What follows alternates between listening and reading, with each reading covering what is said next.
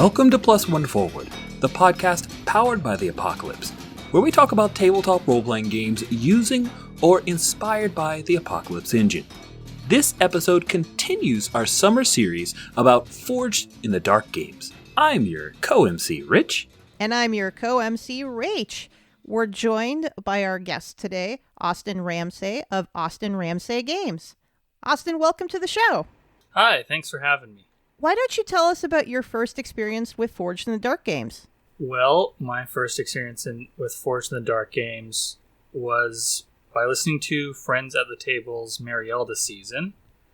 I was already familiar with some of John Harper's work from Lady Blackbird and Lasers and Feelings, but I missed the Kickstarter for Blades in the Dark at the time.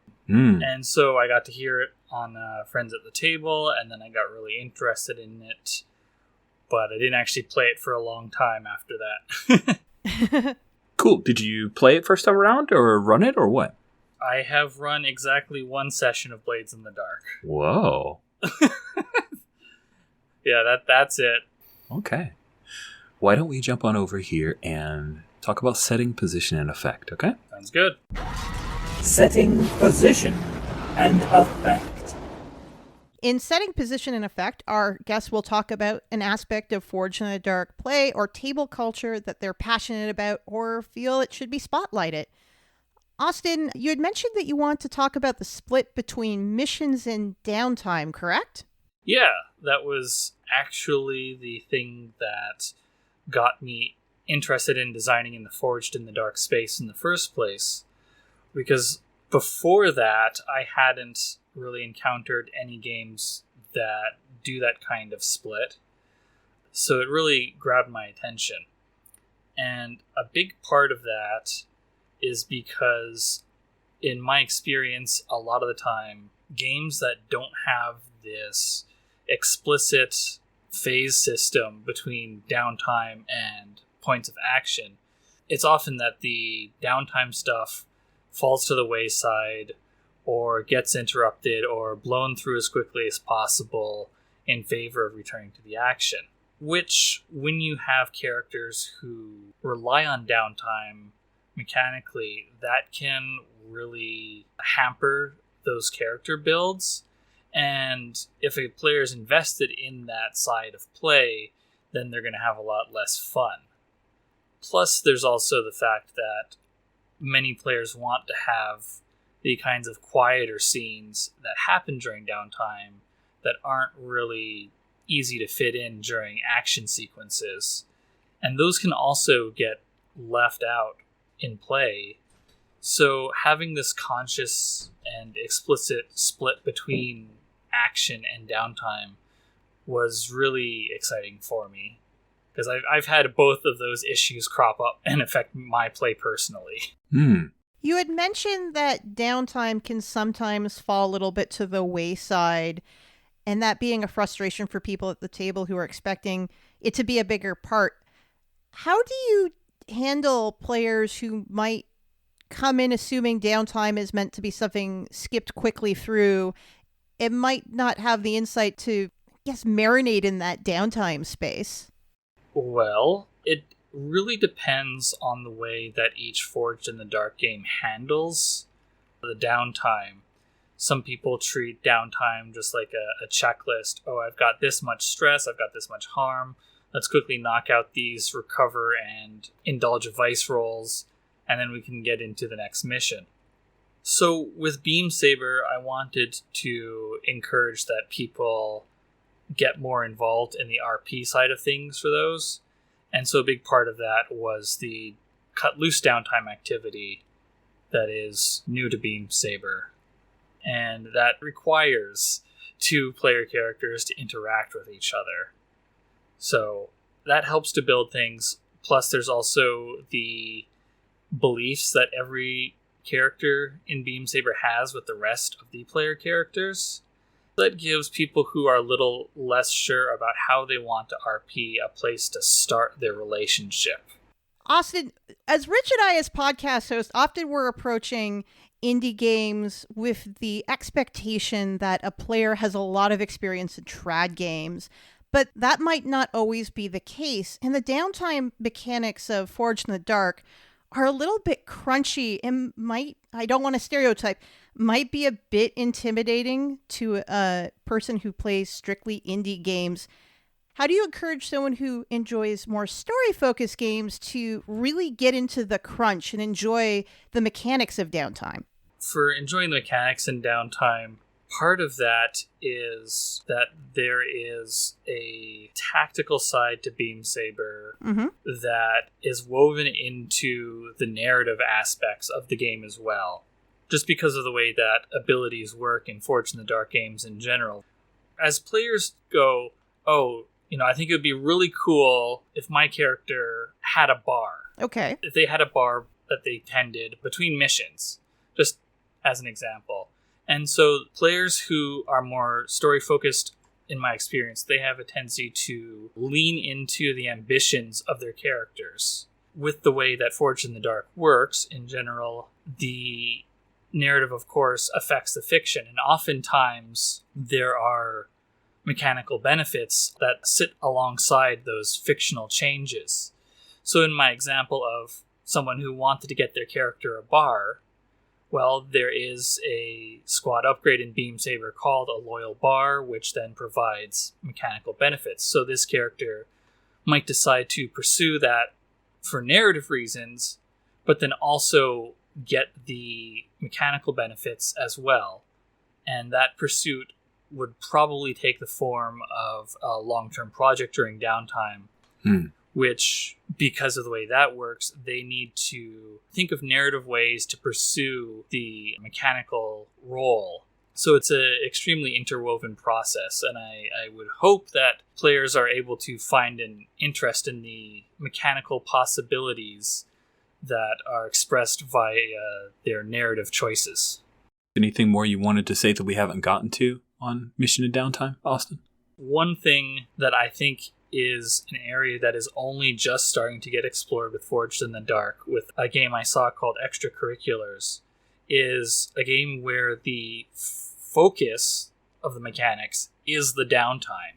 Oh. Where the stuff that is the action side traditionally is really minimized so that the downtime can be focused on. If I recall correctly, Extracurriculars by Riley Hopkins, who also made Interstitial. Extracurriculars is a school sports one, and so the actual games between teams is like quickly glossed over, while as the slice of life stuff between the competition is the focus of the game, and that's all the downtime side stuff.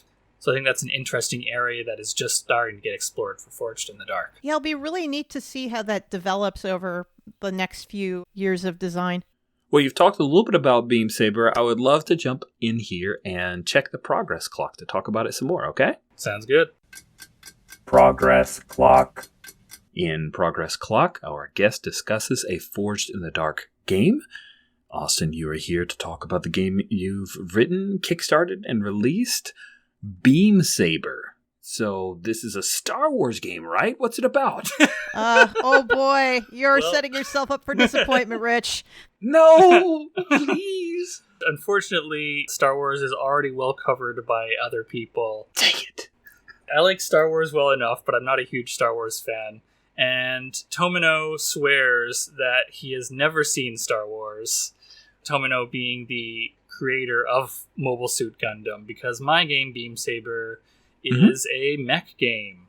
It's a game about the pilots of massive machines and the war that encompasses every aspect of life.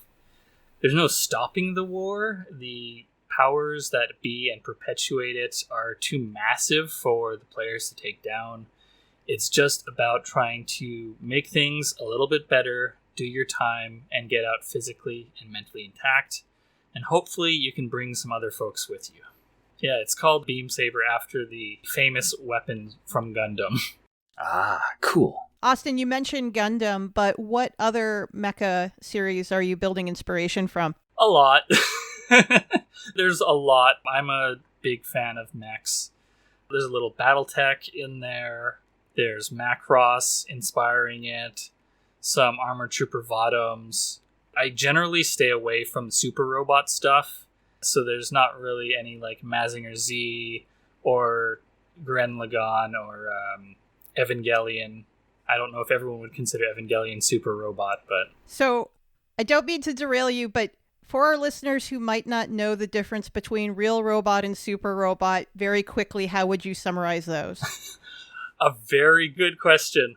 Real Robot stuff is stuff where there is a conscious camera focus on how the mechs work.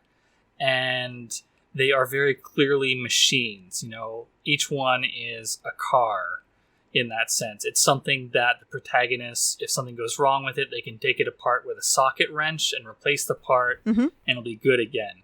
The kind of thing where if the pilot's too powerful, then maybe the machine fails under the burden of their skill. Whereas Super Robot stuff, the machines in that are often less machine-like. Sometimes they literally just aren't machines and are something else. And often the way they work isn't nearly as important as the pilot's attitude and how the pilot is feeling.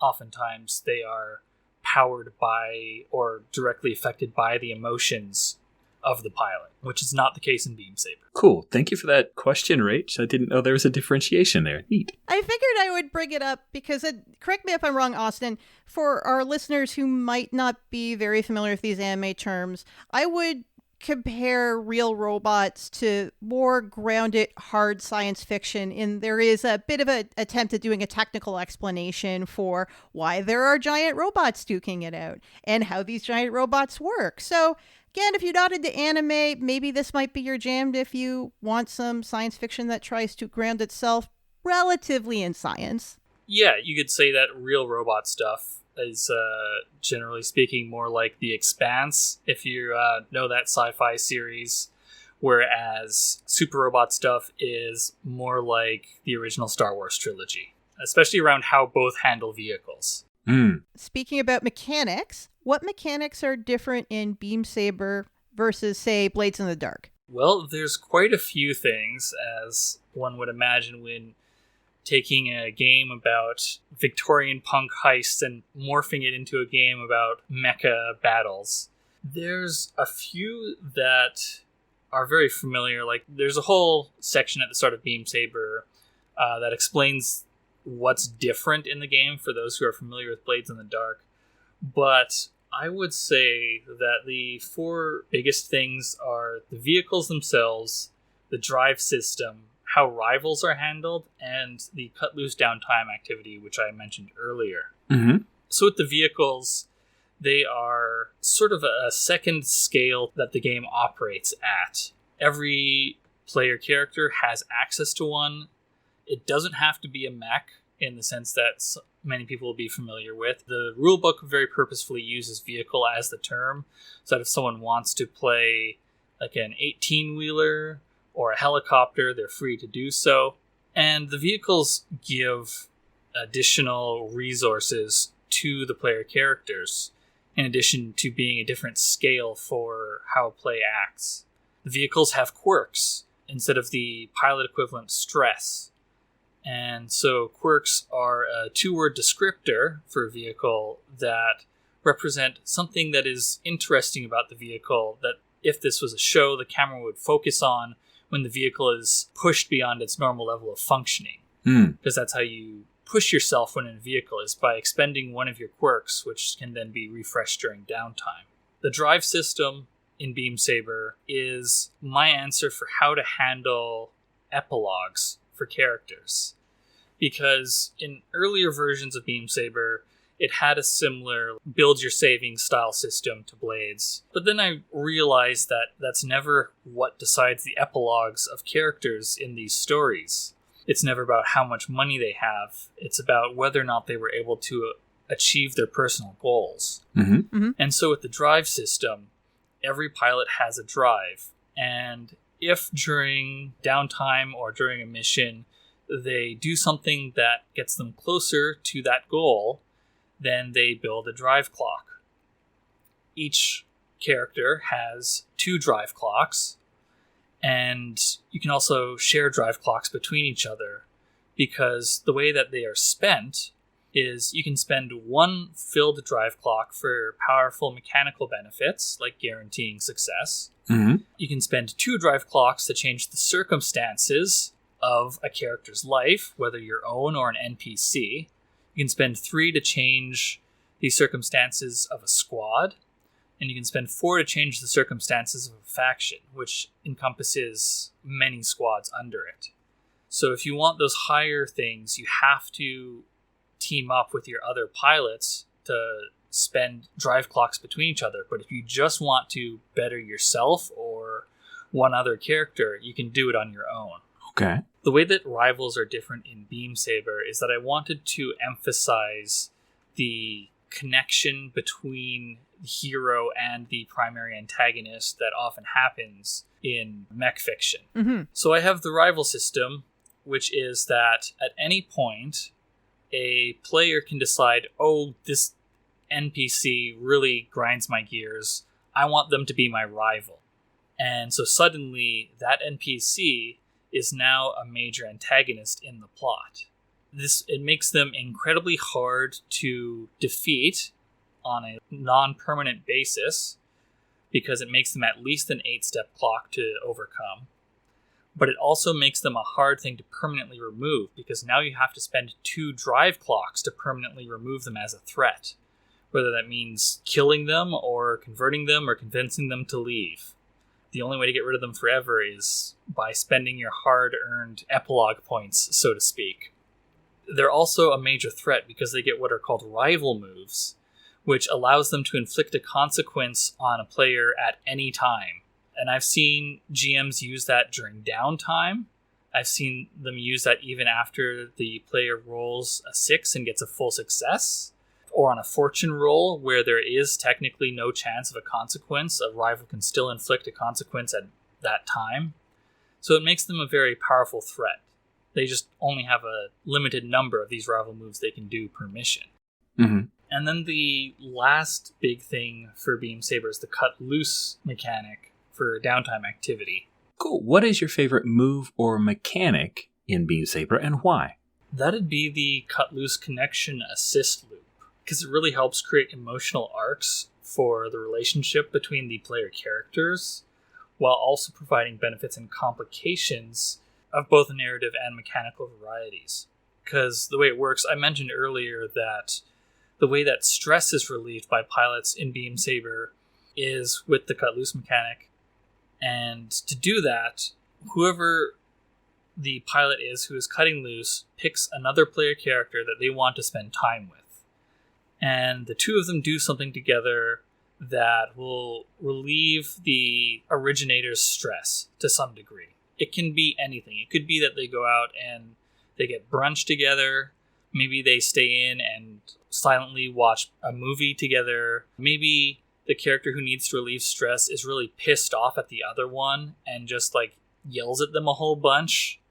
Whatever feels right in the narrative for this pilot to relieve some stress from themselves. So the amount of stress that gets relieved is based upon the connection between the two pilots. So the stronger your connection, the more dice you roll to see how much stress you relieve. And after you relieve that stress with a cut loose scene, then that connection gets stronger. The connection system is a 4-tick clock, so you add a tick to it after every cut loose scene that you have with a person. And for each tick, you write a belief you have about them. So your pilot builds up an opinion that deepens with time and interaction with the other pilots. And those beliefs can be referenced during play as something you might struggle with, and that can net you XP. So it encourages those to also be interacted with by both players who are more story-focused and those who are mechanically focused. But it also provides further benefits and complications because of the way that assists work in Beam Saber. So in Blades, when you assist, you spend 1 stress and get 1 benefit. In Beam Saber, you spend an amount of stress equal to your connection ticks with the other pilot that you're assisting, and you also get to provide them that many benefits. The idea being that the more emotionally invested you are in a person, the more stressful it is when you work to try and ensure their success, but also you're going to push yourself more, and so they're going to benefit more from your extra effort. So it's a real double-edged sword the more emotionally invested you are in a person. And of course, as those connections build, you spend stress faster when you assist, and so that'll require you to cut loose with them again, thus completing the loop. Cool, I like that loop. I kind of want to see that in action. Austin, would you be interested in maybe hopping over to the score and running us a quick demo of Beam Saber? Sounds great. It's time for the score. In the score, our guest will host a short demo of their game, in this case, Beam Saber. Austin, set us up. All right. The two of you are a pair of pilots in the mechanized cavalry squad, the Forward Thinkers. You've got a crafty reputation, and your forward operating base is an abandoned small-town amusement park. You've been given a mission by your direct superior, Scratch. And Scratch has told you that the Church of the Celestial Myriad would like you to capture something that is being transported by the Adamant Council of Nor. Now, the Norish, they have been attempting to use misdirection and stealth to move this object. The Celestial Myriad aren't sure what it is, but they know that the Norish value it highly, and they've gone to great lengths to obfuscate its movements. So this is where you two come in. You've been hired to go and capture this object. The only information that you have is that it is in an APC, an armored personnel carrier, a 6-wheeled, heavily armored minivan, in a sense. And it's being escorted by a couple of mechs, Iron Stars, which are these Norish mechs that hover and tend to have weapons mounted on their arms. So, how would the two of you like to approach this? You could try one of the many different tactics, like assault, or deception, or stealth. You could do social if you want to try and talk your way in and know someone. Let's take a moment to introduce our two characters and then use that to give us a sense of how our characters would approach this situation. It's a great idea. I am playing the Ace. My character's name is Dury Dennison, call sign of Silver. A young face and uncertain eyes, but punk hair. And his abilities are that he's adaptable and has an advanced prototype ability. I'll be playing the Empath. Strap yourselves in for this, Dave, everyone. Afternoon Coriander, call name Sunshine.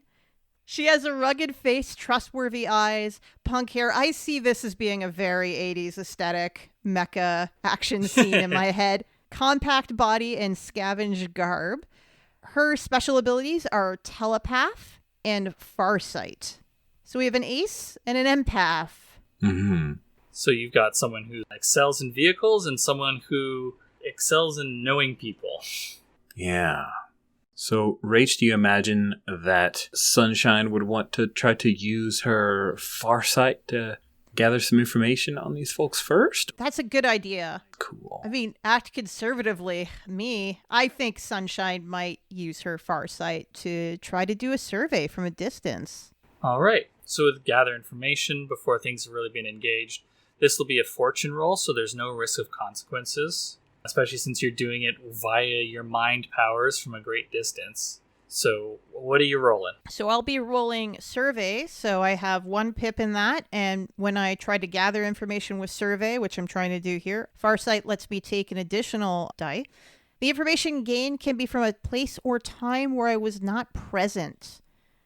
I want to see what it was like for this object to be loaded in the armored personnel carrier. That's a good question. So let's roll them bones. That's 2 ones. So I got a 1. Well, with a fortune roll, as I said, there are no consequences. So what that means is you're going to get limited information. So what you see is a bit foggy, but you're able to put together that there's a group of people moving into the APC. It's not clear what they're loading, but what you are able to make out is that fewer people come out of it than go in. Sunshine's going to turn to Silver and say, I couldn't get a read. It's really hazy when I try to focus on the object, but it's almost like it has to be babysat. There's people in there with it. Oh, weird, man. I don't even know how to take that. What do you think, though? If they're having to babysit it, then it's not very reliable, right? Or maybe we could negotiate to have them come to our side and bring the object with them. What do you think? I'm not so good at the talky talk, but we'd give it a shot. We could try to sway them to our way if you want. But maybe we have to seize the vehicle first. I mean, you're good at that, right? Oh, yeah, for sure. It sounds like your plan might be to be assaulting this convoy, or perhaps to be distracting the escort while then you approach the APC. Is that fair to say? What do you think, Rich? Yeah, I think so. Okay. We'll just skip the engagement roll bit just to keep things moving. Okay. Why don't we say that you're in a risky position to start with? Keep it exciting without being too dangerous. Sounds good. How have the two of you approached this convoy? It's moving through a hilly area. There's farmland on either side of the road. Much of it has been devastated by the ongoing conflict. There's abandoned barns and grain silos. Occasionally there is livestock that has gone stray after escaping its pen. The road itself is damaged, but it's still definitely usable. Once upon a time it was clearly a somewhat major highway route, but now the APC on its 6 wheels is having to navigate around these massive craters that pockmark the road itself, while the Iron Stars, with their lack of legs and instead having hover units, are much better suited to the task as they simply glide over these gaps. So the two of you are amongst the hills that live alongside the road. What would you like to do? Sunshine is well aware that Silver, given the opportunity to try to impress folks, is going to want to use a good bit of maneuvering and finesse to show off and maybe impress these folks that they can't handle the kind of pilots they're messing with. Weird flex, but okay. You're not wrong. Yeah, Silver will drop the, let me fly in there and show them who they're dealing with. I figure talking to them, maybe we shouldn't shoot first. So the both of you are heading straight in. Silver, what's your vehicle like? My vehicle is called the Screwdriver. It is also an Iron Star. So it has cylindrical boosters that swivel at the hip in concert. Yeah, so it looks a little beetle-like. It has a pair of arms that end in weapon attachment points instead of hands. All right. And Sunshine, what's your vehicle like? My vehicle is the Thunderhead. It's a quadruped AWV with an upright torso and insert head like a centaur with no neck. Its limbs are very thick. It's heavy. It's a clunker. Yeah. What are your quirks on the Thunderhead? It is weighty, hanging camouflage, faulty AR warpers, and military workhorse. And what about the Screwdriver, Silver? Light-footed, rugged hardpoints, overactive sensors, and hot boosters. Yeah, so at any time you can choose to expend one of those by taking advantage of its description narratively to get extra die or extra effect. So, the two of you come down the hill towards these two Iron Stars escorting this APC. What's your sort of posture as you approach? It's a peaceful one, correct? Or are you coming in guns pointed and opening fire, or threatening to open fire? I think, Silver, you got point, right? Yeah, I've got point. I think weapons aren't pointed, but it is an aggressive posture. I'm an ace. I'm not really gonna meekly come up to these guys. What is subtlety? Yes, subtlety? What is subtlety? Okay, so as you come over the hill, the two escorts and the APC slow down, and the escorts point their weapons on the ends of their Iron Star's arms at the two of you. It looks like they have some kind of energy weapon at the edge of their arms. And your radio gets pinged by one of them. Do you answer? Oh, I'm happy to answer. I open up the signal. Yeah, Sunshine, answer. From the radio comes a gruff voice and says, I'm Lieutenant Cornish of the Adamant Council of Nor. Identify yourself. We are two investigative journalists that have a very acute interest in what you're carrying right now. If you're happy to answer our questions, we'll be pleased to go on our way afterwards. Okay. I think that's a roll to have them buy that line of BS. So what do you want to roll for this? I'm not lying. My history is a journalist, and I was accused of, falsely, I may add, of a major crime. So I think she's being friendly. I mean, we don't want this to go to blows. We just want to figure out what's inside, right? Well, we want to seize it, but yeah, friendly. All right. I think this will be risky because this guy is clearly suspicious. He's on guard. We'll say, since you are, in fact, have a history of a journalist, we'll say that's standard effect instead of limited, since you have that history to lean upon. I could offer an aid. That means I'm spending 1 stress, right? Yep. I believe Sunshine would need to spend 2 to boost her own self, but if I'm helping, it's just 1 stress. Is that same? Well, normally it would be, but if you look on your sheet below your vehicle section, you can see the connections you have with Sunshine.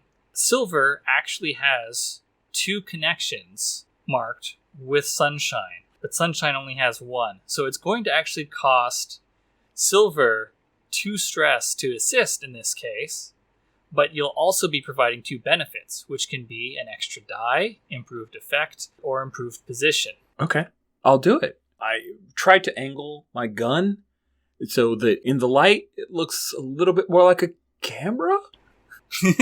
I buy it. That's fair. I mean, Totally buy it. This is being a Forge in the Dark game. You can do flashbacks and say that you have prepared beforehand, make your gun look like a camera. There we go. That's I like totally it. what I did. Yeah. So what benefits are you going to provide? Improved position, improved effect, or an extra die? You get to choose 2. Rach, you get to choose one of those and I'll choose the other. What do you want? I'm going in for an extra die. And I'll go with improved effect because this is a hard line. All right. Risky, great. And I believe you're at 3 dice, right? Mm-hmm. Okay. Roll them. All right, let's see. 4 is the highest out of that set. Could be worse. Okay, so that's partial success, so there will be a consequence, but it's also successful. So you were asking that you wanted to know what they were moving, and this was with great effect, so Lieutenant Cornish isn't going to hem and haw. What he says is, it's just a bunch of nerds moving from one research department to the next. That's all. And what would be a good consequence here? Could a consequence be that one of the nerds is a big fan of Sunshine's reporting? That's a great suggestion.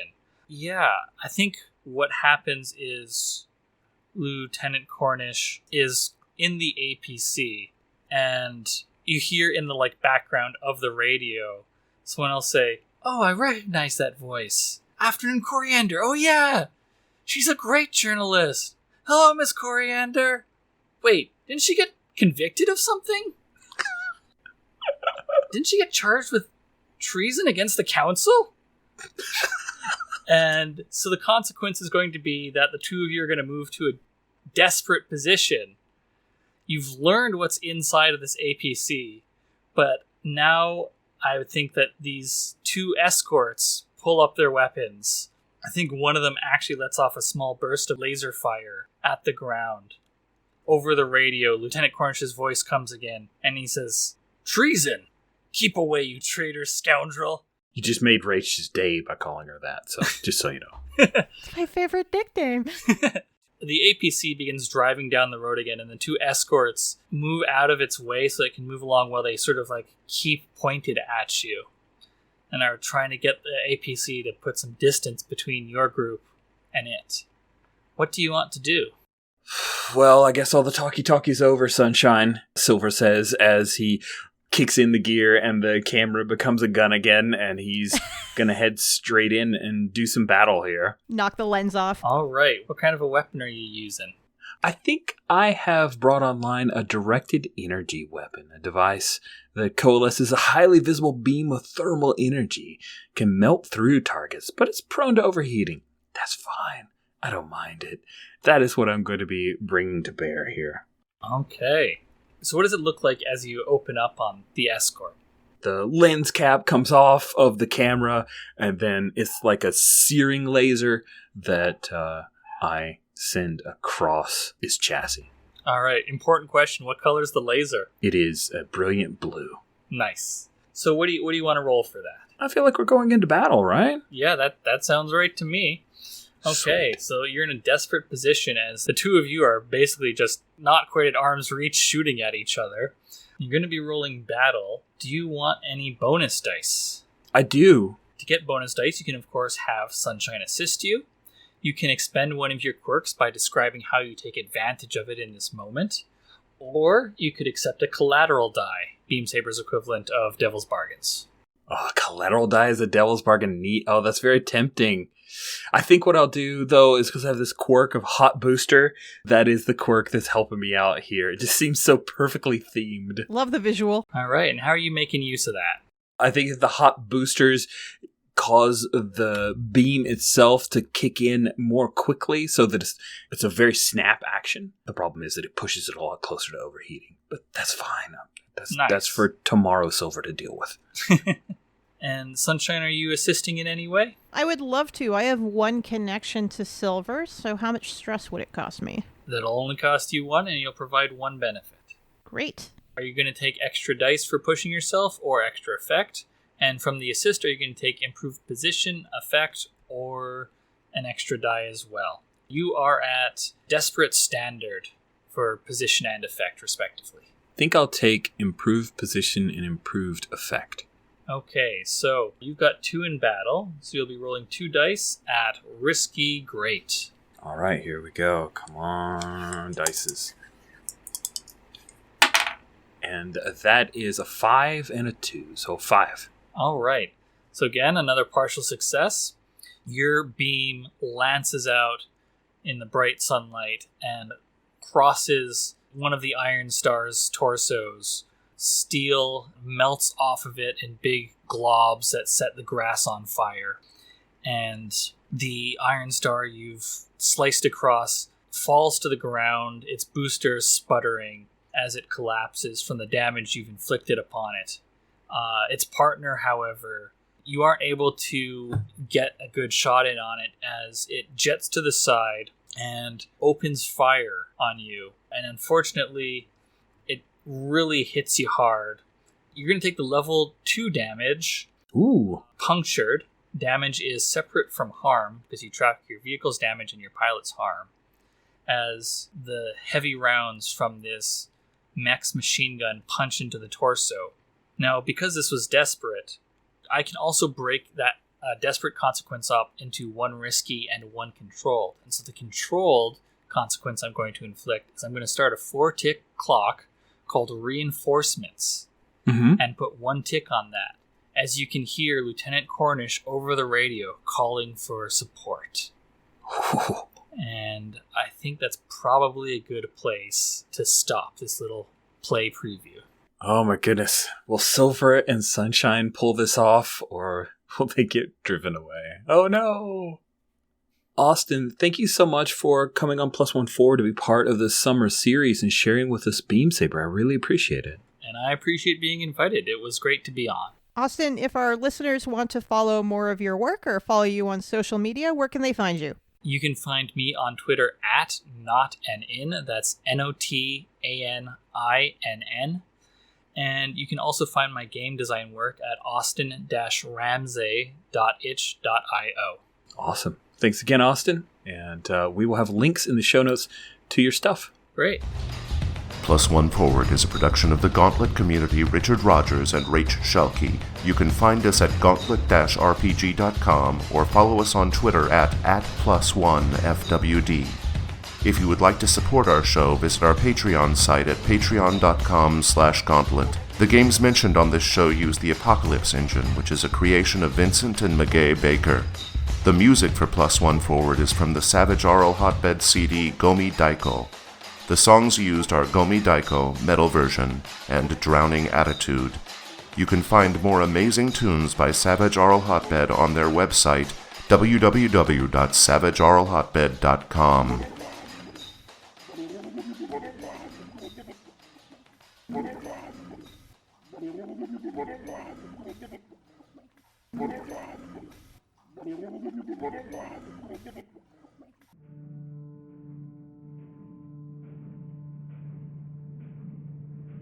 Can you hear the footsteps in the shadows? Can you smell the metal tang of blood on the air? Can you feel the veil between worlds slipping away with each heartbeat? The Between is here. The Between is a tabletop role-playing game about a group of mysterious monster hunters in Victorian-era London. These hunters learn about monsters and killers throughout the city and conduct investigations in order to neutralize them. Over time, they become aware of the plans of a criminal mastermind who is pulling the strings behind the scenes. They will eventually be forced to confront this mastermind in order to save Queen and Country. The Between is directly inspired by the TV show Penny Dreadful, but also takes inspiration from British horror classics, the works of Sir Arthur Conan Doyle, pulp-era media, The League of Extraordinary Gentlemen, and from Hell. It's powered by the Apocalypse and uses the mystery system from our hit game Brindlewood Bay. The Between comes with a 129-page rulebook, 7 playbooks, 10 scenarios or threats, a mastermind campaign sheet, reference sheets, and a supplement called London at Night, The Unseen. The Between PDF is available now on the Gauntlet Patreon. Just go to patreon.com/Gauntlet. The Between will be available on DriveThru RPG starting June 14th.